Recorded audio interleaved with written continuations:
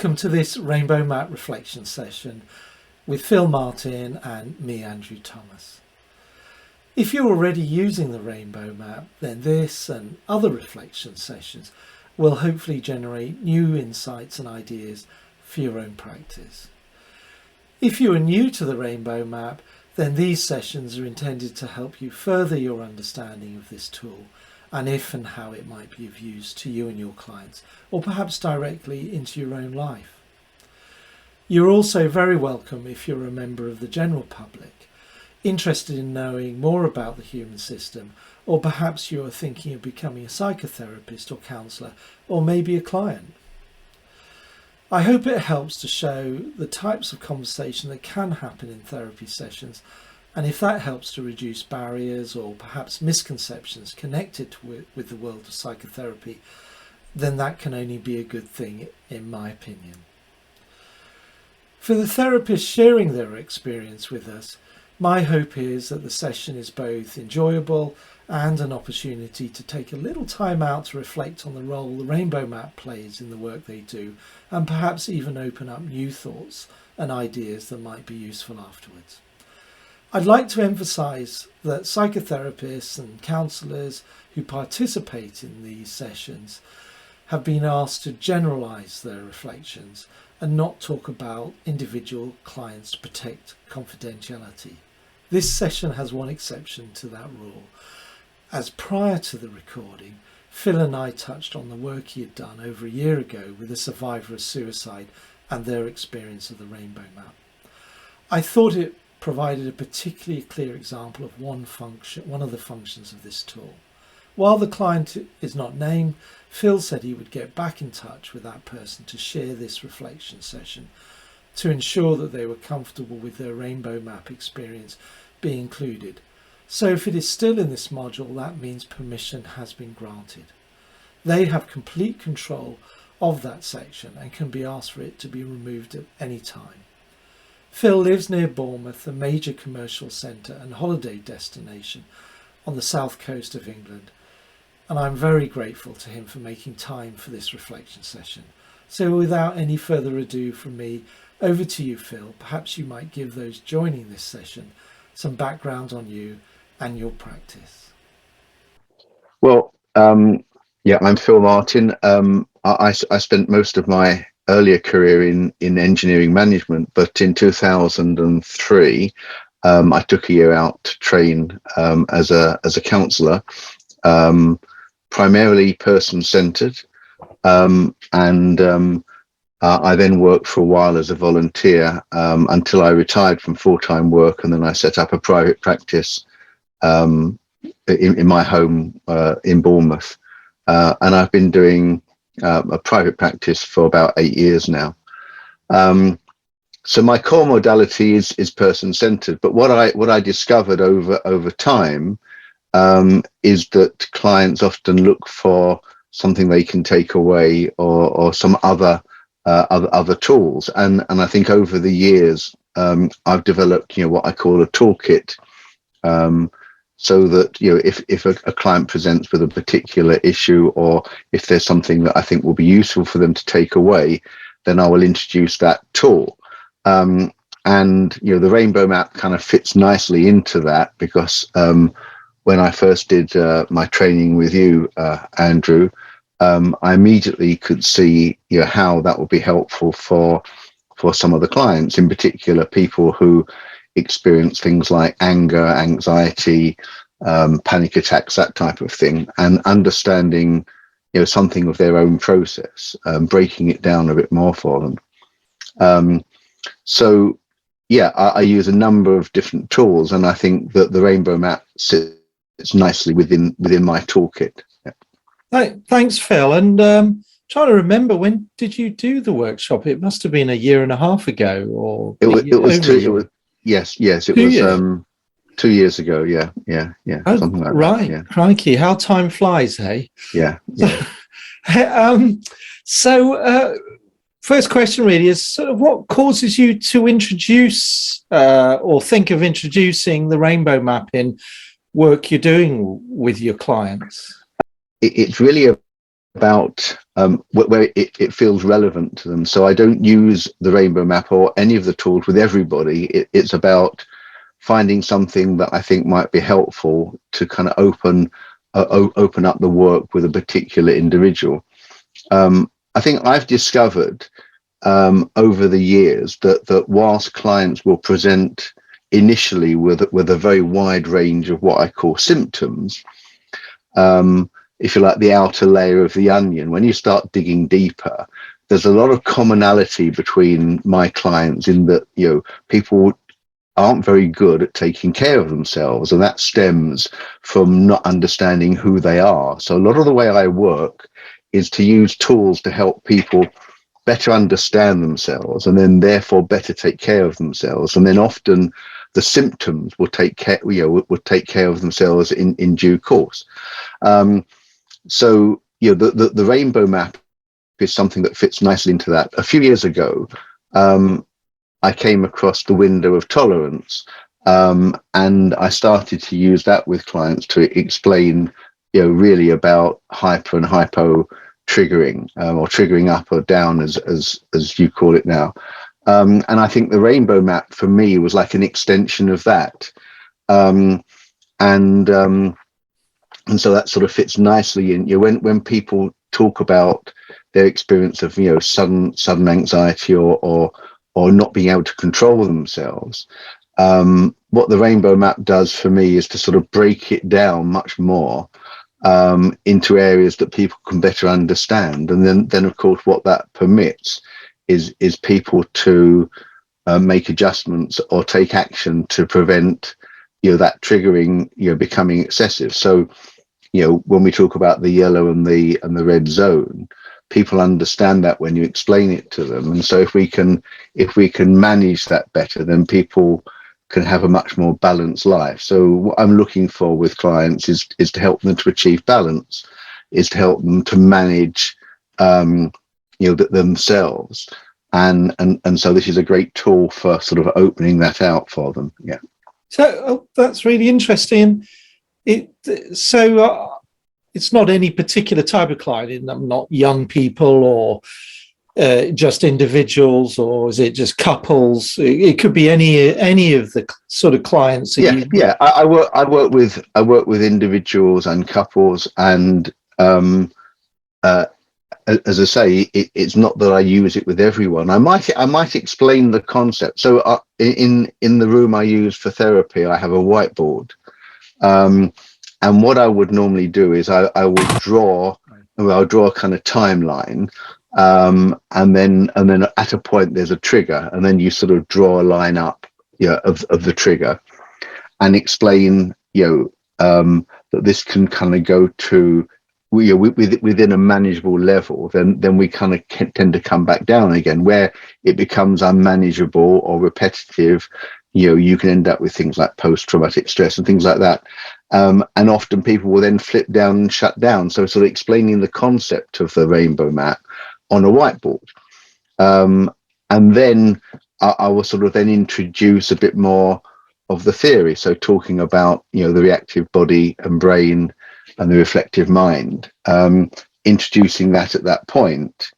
And people start to get that. And if it's too complex, then I would just talk about being responsive and not being reactive. Okay. Yeah. So the other tool I use is nonviolent communication, which is really all about learning, at that point of triggering, if we just react, then we tend to escalate a situation. Whereas if we tap into our need, we can respond in an appropriate way, which will actually sort of reduce the outcome or meet that need in us. So all of those things sort of tie in together. The window of tolerance, NVC, and the rainbow map. I kind of use them. I use them all together, really, and try and explain it to a client in a way that they can grasp. Yeah. So, what was it like the first time you used it? Did you sort of have to take a deep breath and dive in, or did it just feel fairly natural to you? No, I think, I grasped the whole concept of it quite quickly when we did the training. Excuse me.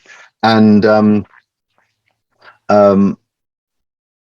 really fairly quickly after the training, somebody presented with some issues that I thought, well, this might be useful. And I would normally say to someone, I've got this tool, and explain a bit about it. Would you be interested in having a look at that? It might help us, and the responses I've always had have been very positive. One or two clients, over the years have said, look, I don't want any tool, I just want you to listen to me. And I go right back into person-centered listening and just providing a space for people who can use me as a sort of dumping ground, use me as a way to kind of be reflective, and that's fine. But I would say the majority of people come with issues where they want to sort of have something to take away. And that's where the Rainbow Map is so good, because when you've completed it, they have a document that's broken down their process into the different categories, and they've got something to take away and reflect on. Yeah, I found it really interesting that so many person-centered therapists have been on the workshop, and I've learned so much through you and others about person-centered therapy. Because I initially thought, well, God, this is going to be way too structured. Person-centered therapy. Therapists might say, well, no, sorry, that sort of goes against it. But I've sort of learned a lot that the way you use it and the way you've just described it sort of just seems to sit in line with that. Yeah. I mean, I will look at a client as an individual and try and work with them in the way that feels most appropriate. And so that's my judgment. And if something doesn't quite work, then I'll try something different. And so, if you like, having a range of options, helps me to best help my clients. And that's really the way I describe the way I work. Yeah. So the way you introduce it maybe varies. Do you introduce it the session before or in the session, or is there no sort of... So in the session, if somebody talks, I mean, sometimes people will talk about being triggered, or they use another term which expresses that.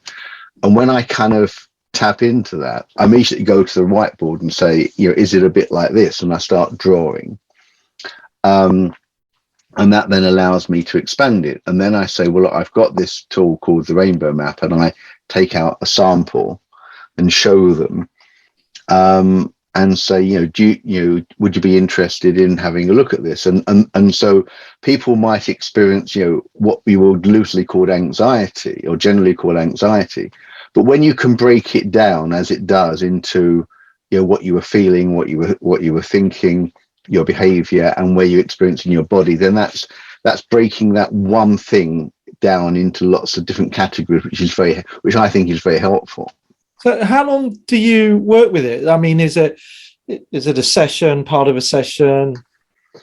Yeah, usually it's the bulk of a session. So I would perhaps introduce it in the middle of a session, because it may pop up part way through, and then I say, well, if you're interested, we'll do this at the beginning of the next session.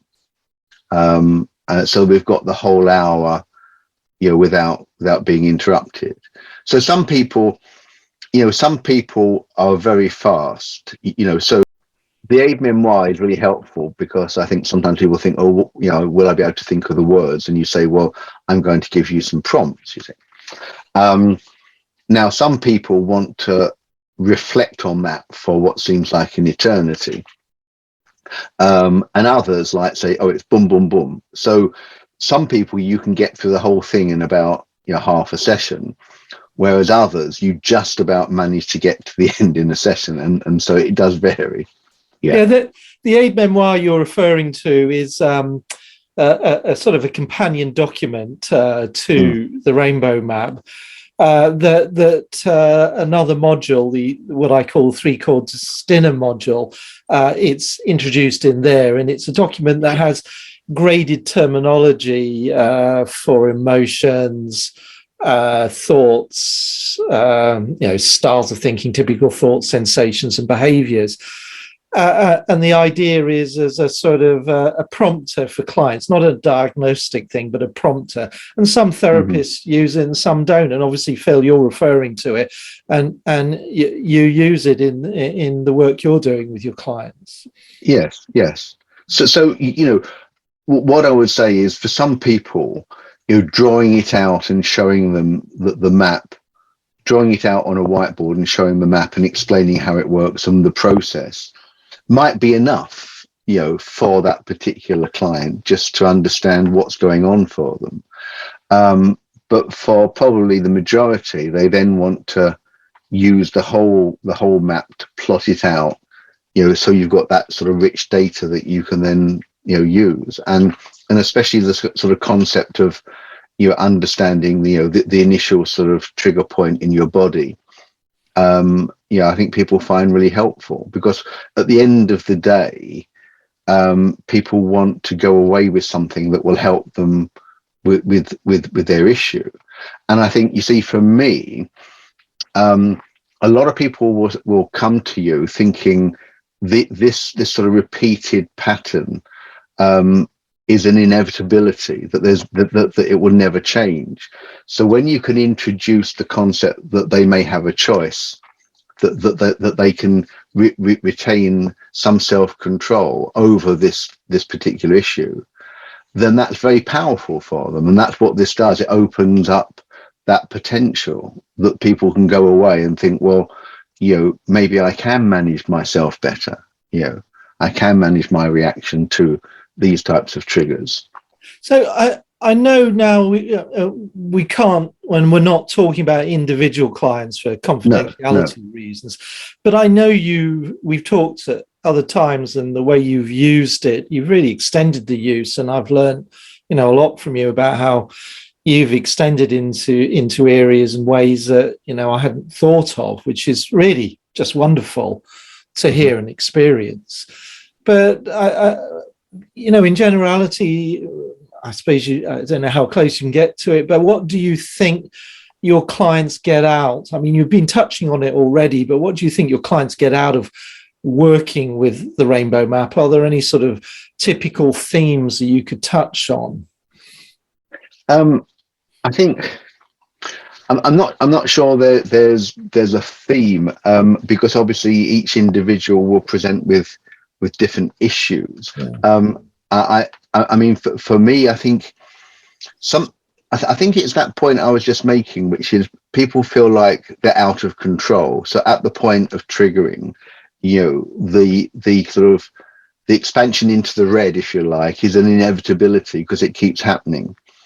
So once you can introduce the concept that they have choices, that they can manage that better, then regaining some self-control is very powerful. So that's really, I think, the generality that comes out of it is that people may then go away talking in terms of the colors.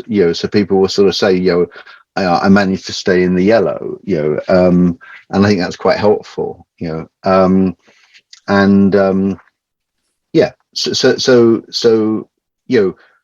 people might talk about it in different ways, like that they'll explain to me subsequently a series of events that happened which would have in the past sent them up, and actually nothing happened, or they just stayed quite calm. They managed it, and so that's sort of very reassuring, is by sort of going through these kind of tools, people then experience much more self-control, much more balance. So does that mean you find yourself bringing it out at later sessions, sort of to review what might have happened between sessions? Is that what you're hearing? What I would do is I would talk about the colors, or I talk about, can you remember when we did the Rainbow Map, if this was, some time ago? How do you think, where do you think you are now compared to where you are in the past? So I think that as a concept is quite helpful. Yeah. And what do you make of the other elements of it, like the trigger cycle or the trigger flag? I mean, maybe they don't form part of how you work with it. I'm just interested to know if you've got any. Yeah, I think I mean I tend to follow it exactly how you trained us, so I go through the whole map. We do the yellow and red, and then we do the blue and purple, and then I plot out the cycle, and we look at the initial, the initial trigger in the body. So I do all of that. And I think people find you're plotting out that cycle, quite a helpful concept, especially because I suppose typically, the movement from green to red is very rapid. People will talk about seconds, or minutes, and to stay in the red for a short period, but then to flip down, into the sort of blue or purple, and some people may stay there for hours or days before coming back. So when you sort of map that out, I think that's quite helpful for people just to conceptualize that, and to then realize that if you can manage the initial trigger, then your return to green is much more rapid, without having the kind of despair part go flipping down. So are you sort of tracking it with the client and then developing and understanding your resources that maybe help them change the nature of their trigger cycle? Yeah. I think that's fair to say. Yes. So I mean, really, what you're doing, as I said at the beginning, is you're taking, a client will experience, the anxiety, so we say, or the anger, or whatever it is. And that's all they kind of know. When you've broken it down into the various categories, and you've got that as sort of rich data, then they have a better grasp of their own process and more control. And then you can, when you plot it all out, they can see that, if they can manage that better, that they don't have to go through that cycle in the same way every time. And how often do you find clients who just go straight down? We work with clients often who trigger up because they're talking about being quite angry with other people or themselves at times, and as we know, if they go much into the yellow or above, then they'll probably have a period below the green band. How often do you find you encounter clients who just go straight down, and what do you do? What does that mean, and how does I mean, quite honestly, that has been very rare. Oh, right. Extremely rare. And maybe that's part of me. Maybe it's because I tend to use it when people talk about being triggered up, rather than a sort of scientific, percentage. But most people will go up, and then the majority of those will then flip down at some point as well. So that's interesting. So you're using it, if you're hearing a client talking about anger, frustration, argument, conflict, then you're thinking about you're thinking, well, that's a tool that I might be using. I might pick up. Yes. But what about the green band? I mean, I learned so much about the green band over the last couple of years. When I first introduced it, here's the green band. That's when you're okay. But I don't know about you, but I've started to use the green band in different ways now, in terms of, with some clients who come from particularly dysregulated backgrounds, they sometimes struggle to say, well, what does green mean to them? I don't know if you've encountered anything like that, or they say, well, look, I'm always a bit anxious. Yeah. I think the majority of people get it. And can identify with that kind of, calm, cool, connected place. I've had one or two who sort of said, I'm rarely in that place, or I find it hard to sort of think of how I might be there. So I think there's a few. So is there any way we can talk about a client that we talked about in a way that sort of keeps the client confidentiality side, because, as you know, we're sharing this on the website, because I thought that was quite very interesting and possibly very useful for other therapists and possibly other people who tune into this to hear, because I thought it was quite important to me.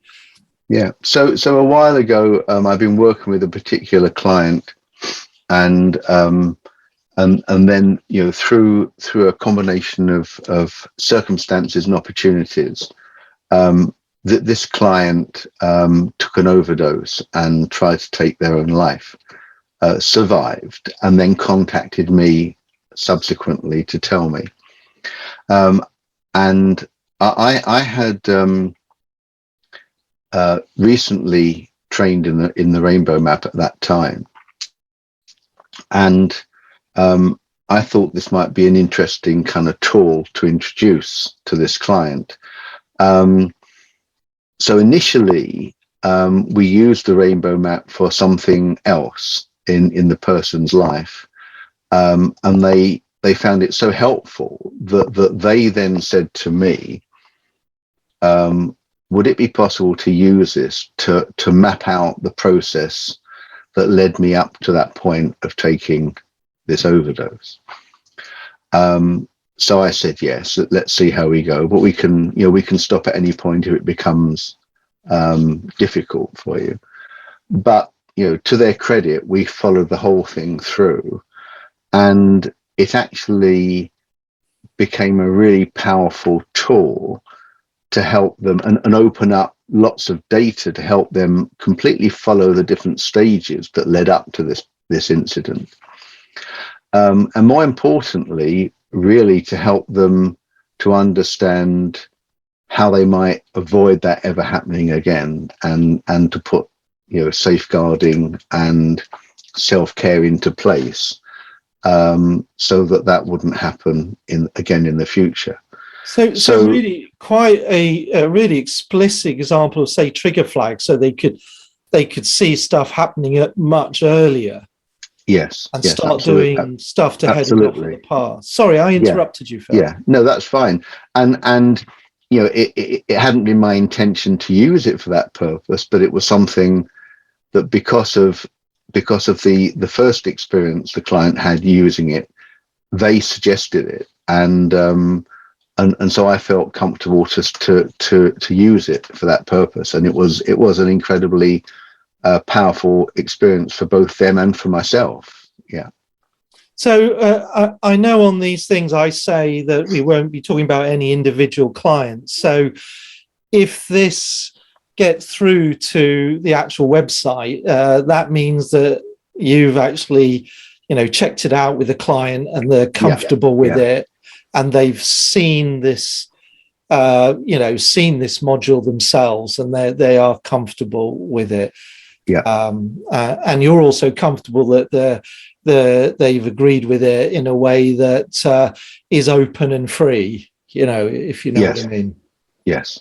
So thank you for that. I just thought it was just such a powerful example of the way it was you were using it at a particular element or point in client work that may not be that frequent, but quite a lot of therapists in our careers might well come across.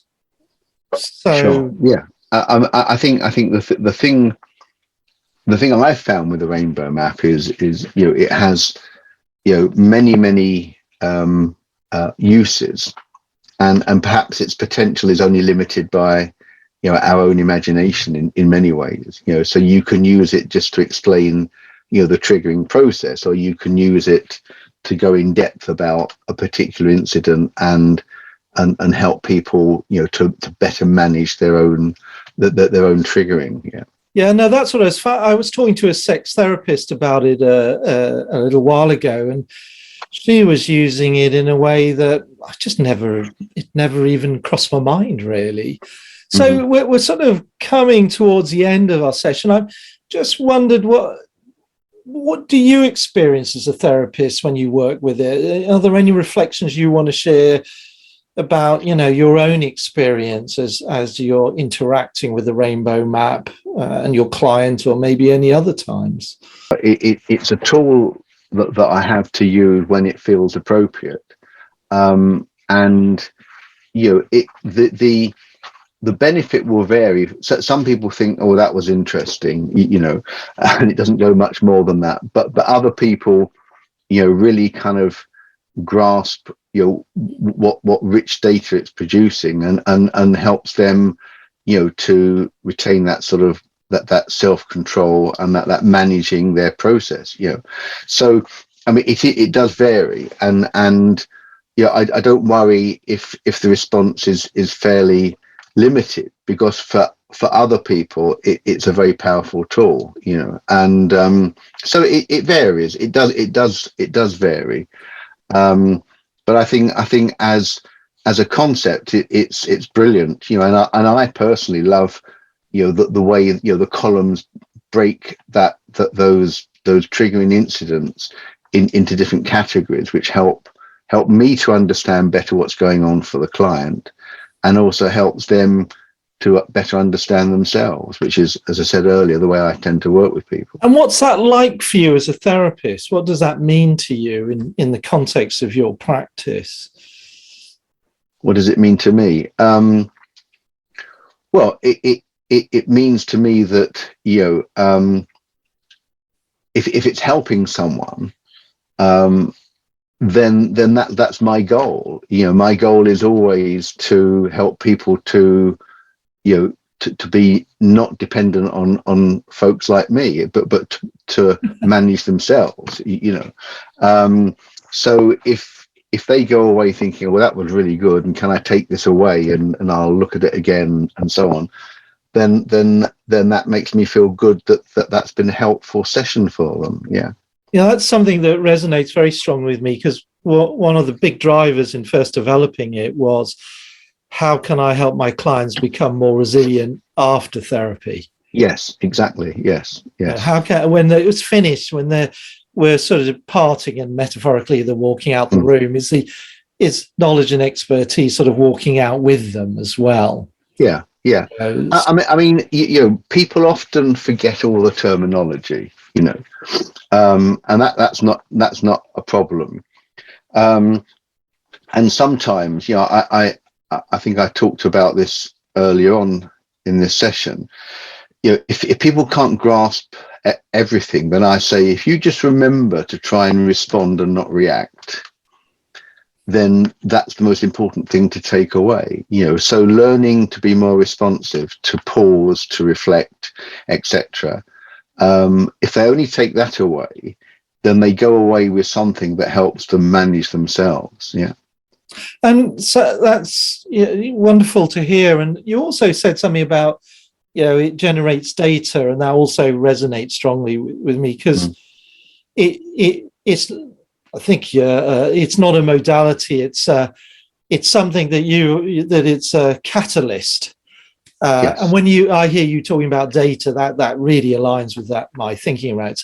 It's a catalyst into the modalities that you practice through. Yes. So it connects with that. I think I said earlier, I've had clients that said, don't give me any tools. I just want someone to listen to me, and that's fine. Yeah. But the majority of people, want something that they can sort of tangibly hang on to. Like it's something they've learned, through the sessions, apart from learning more about themselves. But there's something that they can go and refer back to in the future. And I think this is where the rainbow map, nicely sits for me. Yeah. Well, final question, really, and there doesn't have to be any response or anything. There's any other reflections you'd like to share that you think might be useful that hasn't come out during our conversations? I think I'd only say that if people are watching this or experiencing it for the first time, then don't be afraid to give it a go. Because you might be amazed at what you pick up from it, even if you don't follow the whole process. Use it as a concept that might be helpful for your clients. Yeah. Phil, thanks very much. I really appreciate you spending time today. I know you're very busy, and I'm really grateful to you for sharing in such a frank and open manner about your experience of working with a rainbow map. It's really wonderful for you to do that. Thank you. Yeah, my pleasure. Yes, I hope it's helpful for people that listen. Thank you.